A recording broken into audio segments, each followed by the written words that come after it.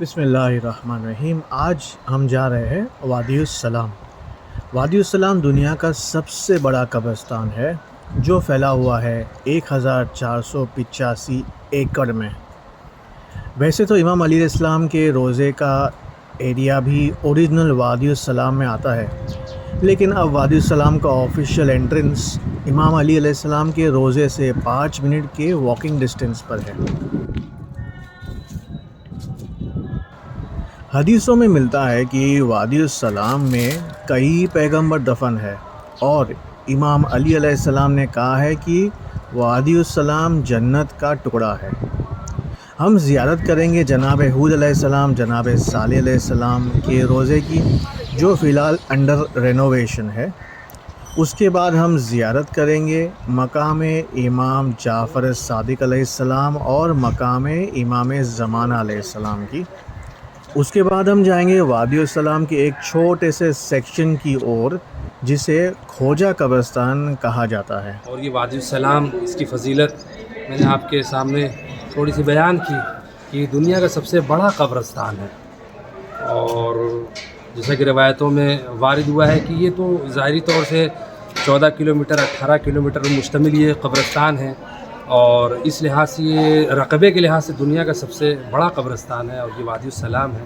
لیکن اگر معنوی اعتبار سے دیکھا جائے کہ پورا نجف، یہاں سے لے کر جو کربلا کا آدھا راستہ ہے تقریباً 40 کلومیٹر، وہاں تک کے لیے روایت میں ہے کہ وہ پورا کا پورا حصہ وادی السلام۔ بعض روایت میں ہے کہ نجف سے کربلا تک جو 80 کلومیٹر ہے یہ پورا وادی السلام ہے۔ وادی السلام کیوں نہ ہو؟ اس لیے کہ یہ سلامتی کی وادی ہے، جو اس کی آغوش میں ہوگا، جو یہاں دفن ہوگا، اس کے لیے سلامتی ہے، دنیاوی عذاب سے بھی اخروی عذاب سے بھی۔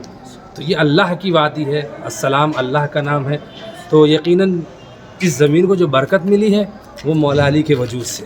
مولا علی یہاں دفن ہے، کربلا میں امام حسین کربلا والے دفن ہیں، ان کے وجود مقدس سے اگر اللہ اس سرزمین کو کا مقدر سوار دے تو اس میں تعجب کی بات نہیں ہے۔ اور پھر یہاں پر بہت سارے انبیاء و صالحین ہیں۔ بسم اللہ الرحمن الرحیم۔ جس مقام کی زیارت کے لیے آئے ہیں، یہاں پر 2 پیغمبران الہی، ایک جناب حضرت ہود علیہ السلام اور دوسرے جناب صالح علیہ السلام، ان 2 نبیوں کی قبریں ہیں۔ جناب ہود اور جناب صالح علیہ السلام کے بارے میں تھوڑی سی مختصر سی گفتگو پیش کروں، چونکہ ہم زیارت کے لیے آئے ہیں، جب ان کے بارے میں تھوڑا سا جانیں گے تو تھوڑا سا معرفت کے ساتھ زیارت ہوگی، ورنہ تو چند جملے ہیں زیارت کے پڑھیں گے اور ہم لوگ گھر جائیں گے۔ انشاءاللہ یہ یادگار ہوگا ہمارے لیے، چونکہ یہ سفر، یہاں پر آنا ہر ایک کے بس کی بات نہیں ہے کہ کوئی آ جائے، بلکہ یہاں سے بلاوا ہوتا ہے، اور یقیناً نصیب والوں کو یہ زیارتیں ملتی ہے۔ مولا جسے بلاتے ہیں، جن کا نام اپنے رجسٹر میں لکھتے ہیں زائری کے، تو وہی اس جگہ پر پہنچ پاتے ہیں۔ تو تھوڑا سا معرفت کے لیے، جناب ہود علیہ السلام قوم عاد میں مبعوث ہوئے۔ یہ قوم عاد قرآن کے اندر قوم عاد اور سمود دونوں قوم کا تذکرہ ہے۔ تو یہ قوم عاد جو ہے بہت لمبے قد کے ہوتے تھے، اور اللہ نے انہیں بہت مال و دولت دی تھی، پیسے دیے تھے، بڑے بڑے باغات تھے، ان کے پاس اناج تھے اور چیزیں تھیں۔ تو وہ جب کہتے ہیں کہ زیادہ مال و دولت ان کے پاس آ گئی تو انہیں اس کا نشہ ہو گیا، اور اس کے بعد وہ کیا ہوا کہ دھیرے دھیرے ہٹ دھرمی پر اتر آئے، سرکشی اور اللہ کو چھوڑ کر جو ہے غیر خدا کی عبادت کرنے لگے، بت پرستی کرنے لگے، اور خلاصہ یہ کہ بدماشیاں کرنے لگے۔ تو اللہ نے جناب ہود کو وہاں مبعوث برسالت کیا، اور کافی زمانے تک انہوں نے تبلیغ کی، لیکن کوئی اثر نہیں ہوا۔ ان کا مذاق اڑاتے تھے، انہیں پاگل کہتے تھے، بیوقوف کہتے تھے، اور ان کے لیے مشکلات پیدا کرتے تھے۔ انہوں نے بہت ڈرایا کہ دیکھو یہ جو دنیاوی زندگی ہے یہ چند روزہ ہے، سب کو مرنا ہے، اللہ کی طرف بلایا کہ ان خداؤں کو چھوڑ دو، یہ باتیں نہیں، تم سے کچھ کہہ بھی نہیں سکتے تم، اور دلیلیں دی، لیکن وہ نہیں مانے، یعنی سمجھانے کی کوشش کی، اور یہ لوگ ان کو قتل کرنے پر آمادہ ہو گئے۔ انہیں رات کی تاریکی میں گھیر لیا، اللہ نے انہیں محفوظ رکھا، اور پھر اس کے بعد جو ہے انہوں نے وقت دیا کہ تم پر عذاب آنے والا ہے، تم پر عذاب آئے گا۔ وہ کہنے لگے کہ ہم پر عذاب جب آئے گا تو ہم دیکھیں گے، ہمارے خدا بچا لیں گے۔ تو نبی نے سمجھایا کہ دیکھو تمہارا خدا اگر ہے تو اس سے کہو کہ وہ تمہارے لیے کچھ ایسا کرے گی جس سے ہم یقین، لیکن میں اپنے خدا سے جو کہوں وہ یقیناً وہ کر دے گا۔ تو کہا ٹھیک ہے، اگر تم چاہتے ہو تمہارے لیے عذاب، اب تم جو ہے اپنے گھروں میں آرام کرو، اب تمہارے لیے عذاب نمودار ہوگا۔ 7 سال تک بارش نہیں ہوئی، 7 سال تک، یعنی زرخیز علاقہ تھا، وہاں بارش نہیں ہو رہی تھی۔ اس کے بعد یہ لوگ یعنی مسلسل کوشش کرتے رہے کسی طریقے سے انہیں قتل کر دیں، اور پھر وہ دن آیا کہ جب انہوں نے دعا کی اور عذاب کے بادل نمودار ہوئے۔ تو یہ لوگ بھی دعا کر رہے تھے اپنے جو بت پرست تھے یعنی بتوں سے، تو جب آسمان میں بادل آئے، سیاہ بادل آئے، تو ان لوگوں نے سمجھا کہ ہمارے خداؤں نے دعائیں قبول کر لی ہیں۔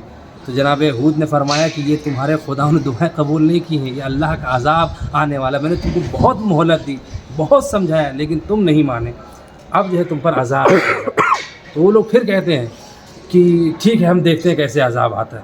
اور اس کے بعد جو ہے تاریخ نے لکھا کہ وہ سیاہ بادل جب آئے، ایسی تیز آندھی چلی، قرآن کے اندر تذکرہ موجود ہے کہ ایسی تیز آندھی تھی کہ جیسے کھجور کے تنے اکھڑ کے زمین سے چھٹک جاتے ہیں، دور جا گرتے ہیں، ویسے ہی لوگوں کے گوشت پوشت بدن سے نکل گئے تھے اور اس طریقے سے زمین پر پڑے۔ اور پھر جناب ہود اور ان کے ساتھ جو ایمان لائے تھے وہ لوگ کسی غار میں چھپ گئے تھے، اور وہ اللہ نے ان کو محفوظ رکھا، اور وہ جتنے لوگ تھے وہاں پر سب کے سب جو ہے، اور یہ علاقہ جو ہے حضرموت اور یمن کے درمیان، یمن اور حضرموت کے درمیان علاقہ احقاف نامی جگہ ہے، وہاں پر یہ رہتے تھے۔ اور پھر جناب ہود اس کے بعد جو ہے سرزمین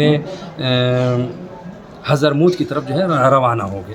اس کے بعد جو ہے وہاں تو لوگ ختم ہو گئے، عذاب آیا تھا۔ اس کے 100 سال کے بعد، تقریباً 100-150 سال کے بعد پھر سے جو ہے ایک قوم آباد ہوئی جس کا نام سمود تھا۔ یہ قوم عاد تھی، یہ دوسری قوم سمود۔ اسی جہاں پر یہ لوگ آباد ہوئے، ان لوگوں نے کیا کیا کہ جو پہاڑی علاقے تھے، پہاڑوں کے اندر بڑے بڑے گھر بنائے محفوظ، تاکہ اس طرح کے جو حادثے ہوں ان سے وہ محفوظ رہیں۔ اور یہ لوگ بھی جو ہے مثلا ان کو بھی اللہ نے زر و دولت دی اور بہت پیسے والے تھے، غنی تھے، لیکن وہی ہے کہ پھر سے یہ لوگ بھی اسی طریقے سے نہج پر جیسے قوم عاد کا حال ہوا ویسی سرکشی کرنے لگے۔ تو جناب صالح آئے، تو جناب صالح سے ان کی بہت تکرار ہوئی اور مخالفت ہوئی، لوگوں نے ان کو تسلیم نہیں کیا، جبکہ وہ ان کے درمیان بہت یعنی نیک کردار یعنی مومن اور سچے انسان کے عنوان سے پہچانے جاتے تھے، لوگ احترام کرتے تھے۔ لیکن جب اللہ کی طرف بلائے اور کہا کہ یہ سب چیزیں چھوڑو، ان باطل خداؤں کی پیروی نہ کرو، تو ان لوگوں نے کہا کہ ٹھیک ہے اگر ایسا ہے تو آپ کوئی معجزہ دکھائیں، اور ہم اپنے خداؤں سے کہتے کہ وہ بھی کوئی معجزہ دکھائے۔ تو انہوں نے کہا کہ تم ٹھیک ہے کیا چاہتے ہو، تم اپنے خداؤں سے کہو کہ یہ کام کر دیں، تو وہ عاجز ہو گئے، نہیں کر سکے۔ تو کہا کہ ٹھیک ہے، اب وہ کہنے لگے کہ ٹھیک ہے تو آپ اپنے خدا سے کہیے، وہاں ایک بہت بڑا پہاڑ تھا کہ پہاڑ سے ایک اونٹنی نکلے، اور وہ اونٹنی جو ہے یعنی بھورے رنگ کی ہو اور ایسے بالوں والی ہو، اس طریقے کی علامتیں ہیں، اور وہ 10ویں مہینے میں ہو، حاملہ ہو، اور اس طریقے سے شرط بیان کی۔ ان لوگوں نے کہا ٹھیک ہے، بولے میں تو نہیں کر سکتا، لیکن میرے اللہ کے لیے بہت آسان بات ہے، میرا اللہ اس پر قادر ہے۔ اور جیسی دعا کی فوراً پہاڑ جو ہے شگافتہ ہوا، اور وہاں سے یہ ناقہ صالح وہ اونٹنی برآمد ہوئی اور آئی۔ ابھی لوگوں نے دیکھا، کہا کہ ہمیں یقین نہیں ہو رہا ہے، ہم اس وقت یقین کہ جو ابھی اس پہ ولادت ہو جائے، وہ بچہ پیدا ہوا۔ اور اس کے بعد پھر انہوں نے کہا کہ اللہ نے حکم دیا، کچھ لوگ ایمان لے کر آئے، کچھ لوگوں میں ڈر خوف پیدا ہوا کہ واقعہ نہیں، یہ ایسا تھوڑی نہیں ہو سکتا ہے، ان کے خداؤں نے کچھ نہیں کیا۔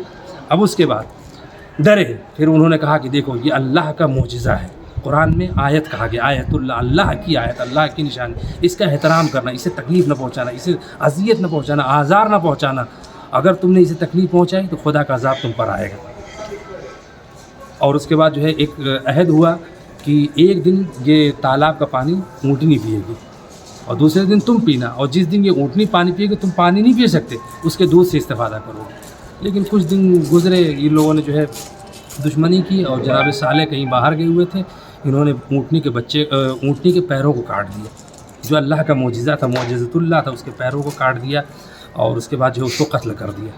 اور پھر اس کے بعد جو ہے جب جناب صالح آئے تو ان کو بھی قتل کرنے کی کوشش کی، چاروں طرف سے گھیر لیا گیا۔ پھر انہوں نے کہا کہ میں نے تمہیں بہت مہلت دی، اور میں ابھی بھی تمہیں موقع دیتا ہوں، اللہ سے استغفار کرو۔ لیکن وہ لوگ بولے کہ نہیں، ہم آپ کو بھی قتل کریں گے تاکہ آپ ہمارے درمیان نہ رہیں۔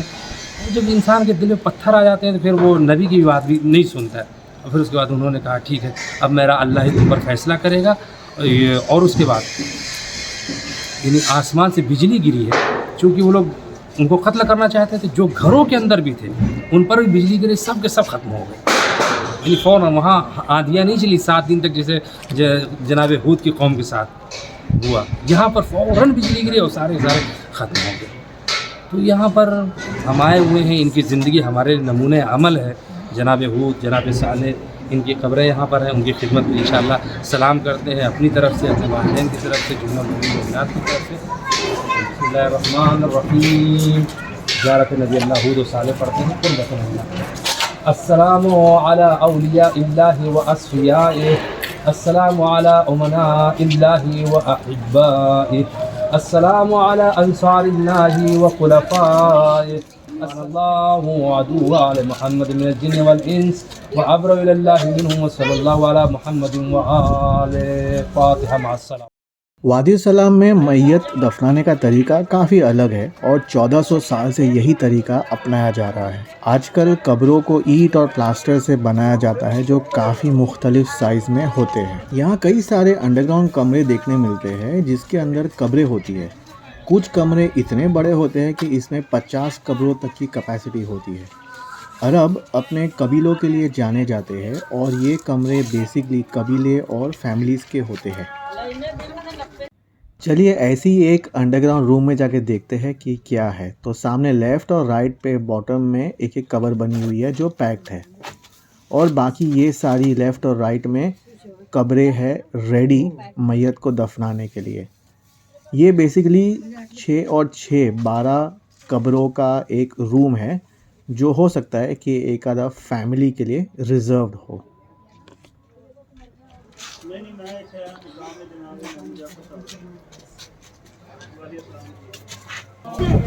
نحمد و نصلی علی رسول الکریم وعلی آلہ الطاہرین الطاہرین المعصومین وعلی اعدائہم اجمعین.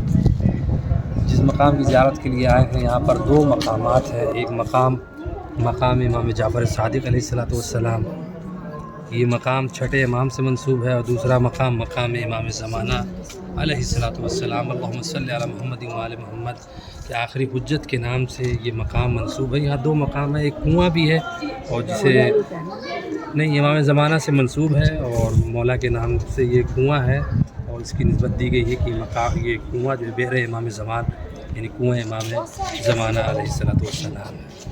بہرحال مقام امام جعفر صادق علیہ السلام کے حوالے سے یہ ملتا ہے روایت میں کہ جب چھٹے امام زیارت کے لیے آئے، اور انہی کے ذریعے سے، اس کے پہلے چوتھے امام کے ذریعے جس زیارت امون اللہ پڑھتے ہم، اور بہت سارے مقامات ملے ہوں گے آپ کو عراق میں یا دوسری جگہ، کہ جو چوتھے مقام امام زین العابدین، کیونکہ وہ آئے اور انہوں نے بتایا کہ کس طریقے سے ان کو زیارت پڑھنا ہے. ان کا بھی ایک مقام صافی صفا، قبر صافی صفا ہے اس کے بغل میں، کہ وہ امام زیارت کے لیے آئے اور وہ الٹے قدم چلتے رہے، یعنی امام کے قبر کی طرف کچھ نہیں دکھائے اور امام وہاں پر آرام فرماتے. اس کے بعد چھٹے امام آئے اور وہ کثرت سے زیارت کے لیے آتے تھے، اور ان کا آنا اس بات کی تھا تاکہ لوگوں کو ترغیب دلائیں کہ امام میرے جد کی زیارت کی کتنی فضیلت ہے.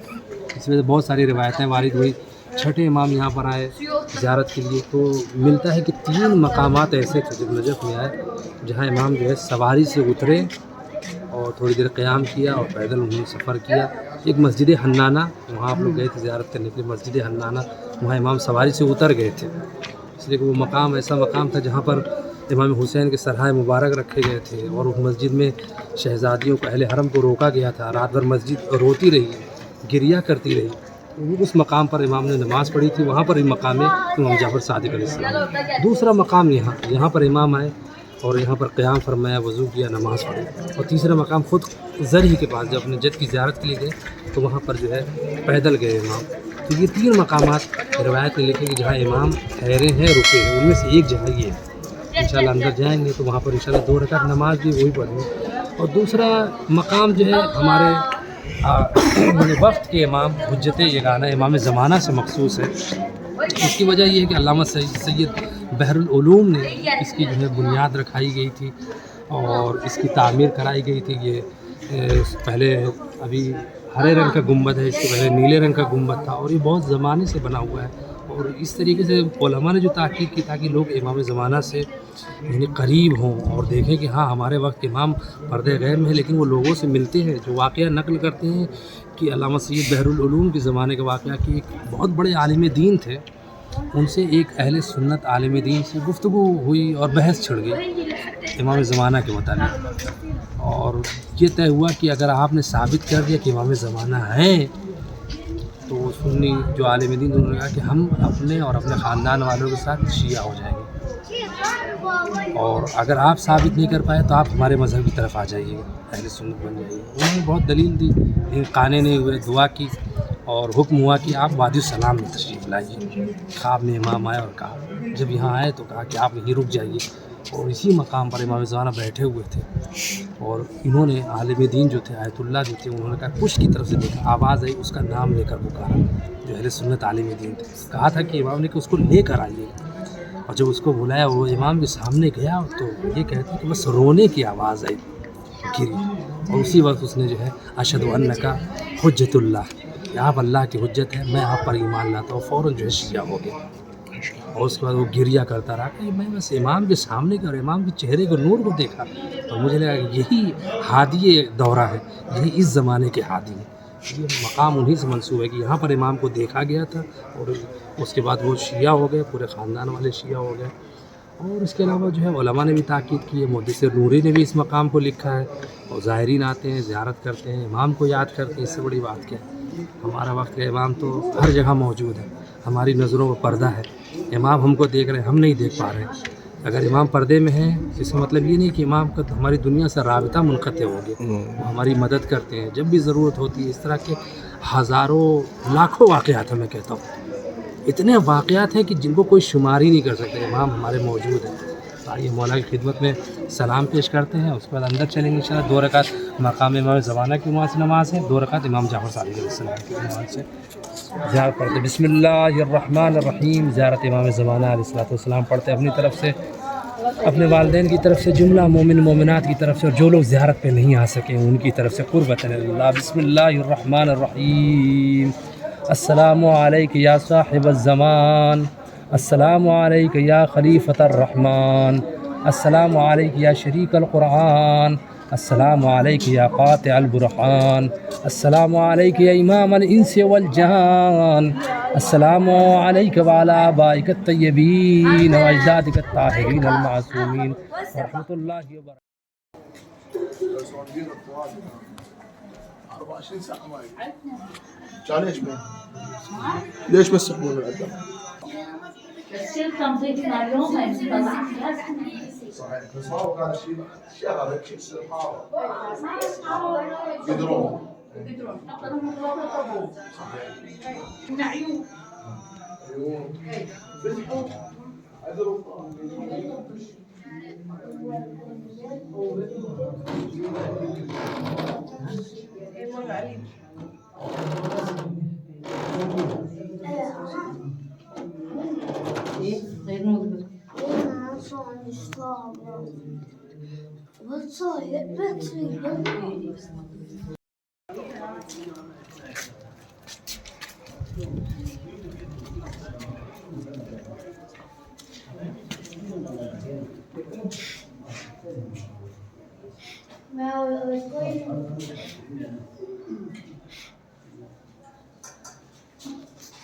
پورا میری آبا کھول، پورا ماں دے پتر ہی کھول دینی میرا ہاتھ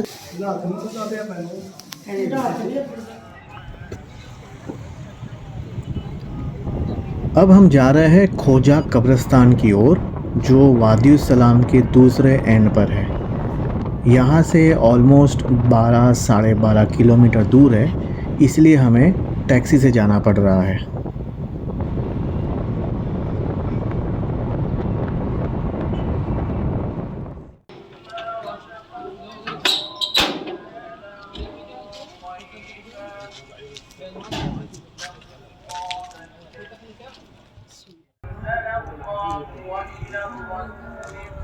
ہمیں یہاں وادی السلام میں، اور وادی السلام میں یہ جگہ ہے کالڈ ایز مولو بھائی ناصر کھوجا قبرستان۔ یہ ہے قبرستان کا ایک حصہ جس میں کھوجا شیعہ اثنا عشریوں کے مرحومین کو دفنانے کے لیے جگہ دی گئی ہے۔ تو کوئی بھی اگر عراق میں ہے، نجف میں ہے اور گزر جاتا ہے، ان کے لیے یہاں پہ جگہ دی جاتی ہے۔ اور یہ وادی السلام، اس کی بہت زیادہ فضیلتیں روایات میں وارد ہوئی ہیں، اور یہ ہمارے رہنے کی مستقل جائے گاہ ہے۔ مرنے کے بعد ہمیں اور آپ سب کو یہیں پر آنا ہے، جیسا کہ ہمارے اور آپ کے چھٹے امام حضرت امام جعفر صادق علیہ الصلوۃ والسلام اللہم صلی علی محمد و علی محمد ارشاد فرماتے ہیں، ما من مؤمن یموت فی شرق الارض و غربها، کوئی بھی مومن چاہے مشرق میں مرے یا مغرب میں مرے، الا وحشر اللہ روحہ الی وادی السلام، کہیں بھی مرے چاہے مشرق میں ہو چاہے مغرب میں ہو، اللہ اس کی روح کو وادی السلام بھیجتا ہے۔ تو یعنی جو مومن ہے، اور یہ امام کی سچے امام کی سچی حدیث ہے، یقیناً ان کی ارواح ان کی روحیں یہاں پر آتی ہیں، اور خوش نصیب ہیں وہ افراد کہ جو یہاں جسم کے ساتھ دفن ہیں۔ اس کے متعلق جو ہے جو واقعہ میں سنانا چاہ رہا تھا کہ جناب ابراہیم علیہ الصلوۃ والسلام کا، یہ بہت قدیم زمانے سے یہ قبرستان ہے۔ روایت میں ملتا ہے کہ جناب ابراہیم اپنے فرزند جناب اسحاق کے ساتھ اس سرزمین سے گزرے، اور اس وقت اس زمین یہ بیابان تھا، بنجر علاقہ تھا، یہاں کوئی آبادی نہیں تھی، اور یہاں زلزلے ہمیشہ آیا کرتے تھے۔ تو جب وہ اس دن یہاں آئے تو اس رات کو زلزلہ نہیں ہے، تو یہاں کے جو آس پاس کے رہنے والے علاقے کے لوگ تھے، چونکہ انہوں نے کوفہ دریائے فرات قریب میں ہے، تو وہیں پر چونکہ پہلے کے لوگ جہاں دریا ہوتا تھا، پانی کا جہاں اہتمام ہوتا تھا، وہیں پر جو ہے آباد ہوتے تھے۔ تو انہوں نے کہا کہ کیا وجہ ہوئی، ہمیشہ زلزلہ آتا تھا اور آج زلزلہ کیوں نہیں آیا؟ پتہ چلا کہ کوئی یہاں پر 2 افراد آئے تھے، ان لوگوں نے ڈھونڈا اور وہ نہیں ملے، انتظار کے کچھ دن بعد پھر وہ پلٹے، اور پھر ان کو آ کر ان لوگوں نے کہا کہ آپ ہمارے پاس رکیے، قیام کا اہتمام کیا، کھانے کا انتظام کیا، پھر اس رات زلزلہ نہیں آیا۔ تو کہا آپ ہیں کون لوگ کہ آپ کے آنے سے زمین کو ہمیشہ زلزلہ آتا ہے، آج زلزلہ نہیں آیا؟ اس کے پہلے بھی جو آپ رکے تھے ہم نے بہت تلاش کیا کہاں گئے، لیکن آپ کو پتہ نہیں چلا، اس لیے کہ وہ بابل کی طرف چلے گئے تھے۔ تب وہ انہوں نے بتایا کہ میں اللہ کا پیغمبر ہوں، اور یہ اللہ کا جو نبی ہوتا ہے اللہ کا نمائندہ ہوتا ہے، اللہ کی طرف سے ہوتا ہے، لہذا میں اللہ کی طرف سے بھیجا گیا نبی ہوں۔ تو انہوں نے کہا کہ آپ ایک کام کیجیے، ہمارے یہاں ٹھہر جائیے اور یہیں پر قیام کیجیے۔ انہوں نے کہا کہ میں ٹھیک ہے، میں یہاں پر رکوں گا، لیکن میری شرط یہ ہے کہ میں یہ زمین خریدنا چاہتا ہوں، اس وادی السلام کا علاقہ خریدنا چاہتا ہوں۔ ان کے بیٹے فرزند نے کہا، جناب اسحاق نے کہا کہ بابا یہ تو بنجر ہے، اس کو لے کر کیا کریں گے؟ اس میں تو کھیتی بھی نہیں ہو سکتی، کوئی فائدہ نہیں ہو سکتا، پھر ہم اسے لے کر کیا کریں؟ تو انہوں نے کہا کہ جو میں دیکھ رہا ہوں تمہیں نہیں معلوم، میں دیکھ رہا ہوں کہ یہ وہ سرزمین ہے جہاں پر کائنات کی وہ ہستی یہاں پر دفن ہوگی کہ جس کے وجود کی برکت کی وجہ سے ایک دن ایسا آئے گا کہ اسی سرزمین 70,000 افراد محشور کیے جائیں گے جن کے چہرے چاند کی طرح چمک رہے ہوں گے، اور وہ بلا حساب جنت میں داخل ہو جائیں گے۔ تو یہ زمین مقدس سرزمین ہے، واقعی اس کی فضیلت بے شمار ہے، اور یہاں پر جو لوگ دفن ہوئے ان کا بھی مقام مرتبہ بہت زیادہ ہے، اور اس کی صرف اور صرف وجہ ہے امیر المومنین علیہ الصلوۃ والسلام۔ حضرات سے گزارش، ایک مرتبہ سورہ فاتحہ اور 3 مرتبہ سورہ قل هو اللہ کی تلاوت فرما کر یہاں پر جو مرحومین دفن ہوئے ہیں ان کے لیے، اور آپ کے جتنے بھی مرحومین دنیا میں جہاں کہیں بھی دفن ہو ان کے لیے سال فرمائیں۔ بسم اللہ الرحمن الرحیم۔